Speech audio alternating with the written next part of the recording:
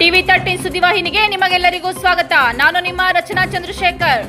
ಮುಖ್ಯಾಂಶಗಳು: ಜುವೆಲರ್ಸ್ ಮತ್ತು ಬ್ರೋಕರ್ ಅಂಗಡಿಗಳ ಮಾಲೀಕರುಗಳಿಗೆ ಸಭೆ ನಡೆಸಲಾಯಿತು.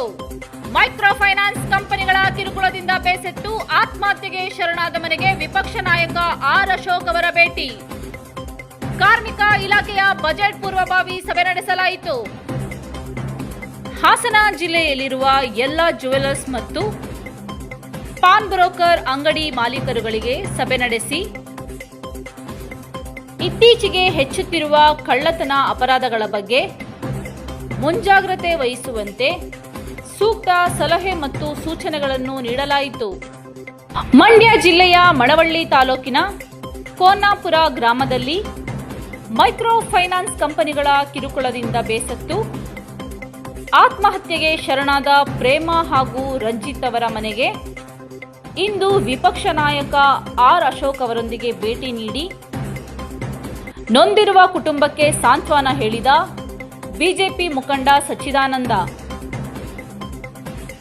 ಈ ಸಂದರ್ಭದಲ್ಲಿ ಆರ್ ಅಶೋಕ್, ಮಾಜಿ ಶಾಸಕ ಡಾಕ್ಟರ್ ಶ್ರೀ ಕೆ ಅನ್ನದಾನಿ, ಬಿಜೆಪಿ ಜಿಲ್ಲಾಧ್ಯಕ್ಷ ಡಾಕ್ಟರ್ ಇಂದ್ರೇಶ್, ಎಸ್ಪಿ ಸ್ವಾಮಿ, ಜಿಲ್ಲಾ ಪ್ರಧಾನ ಕಾರ್ಯದರ್ಶಿ ಟಿ ಶ್ರೀಧರ್ ಸೇರಿದಂತೆ ಇನ್ನಿತರ ಸ್ಥಳೀಯ ಮುಖಂಡರು, ಕಾರ್ಯಕರ್ತರು ಉಪಸ್ಥಿತರಿದ್ದರು.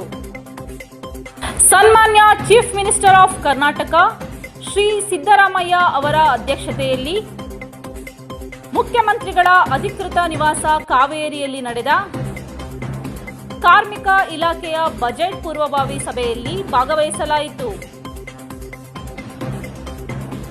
ಸಭೆಯಲ್ಲಿ ಮುಖ್ಯಮಂತ್ರಿಗಳ ಆರ್ಥಿಕ ಸಲಹೆಗಾರರಾದ ಶ್ರೀ ಬಸವರಾಜ ರಾಯರೆಡ್ಡಿ, ಮುಖ್ಯಮಂತ್ರಿಗಳ ಕಾರ್ಯದರ್ಶಿಗಳಾದ ಶ್ರೀ ನಸೀರ್ ಅಹಮದ್, ಮುಖ್ಯಮಂತ್ರಿಗಳ ಹೆಚ್ಚುವರಿ ಮುಖ್ಯ ಕಾರ್ಯದರ್ಶಿ ಶ್ರೀ ಎಲ್ ಕೆ ಅತೀಕ್, ಸಂತೋಷ್ ಲಾಡ್ ಕಾರ್ಮಿಕ ಸಚಿವರು, ಕಾರ್ಮಿಕ ಇಲಾಖೆಯ ಹಿರಿಯ ಅಧಿಕಾರಿಗಳು ಸೇರಿದಂತೆ ಇತರೆ ಹಿರಿಯ ಅಧಿಕಾರಿಗಳು ಉಪಸ್ಥಿತರಿದ್ದರು. ನಿರಂತರ ಸುದ್ದಿಗಾಗಿ ಟಿವಿ 13 ಸುದ್ದಿವಾಹಿನಿಯನ್ನು ವೀಕ್ಷಿಸಿ. ಧನ್ಯವಾದಗಳು.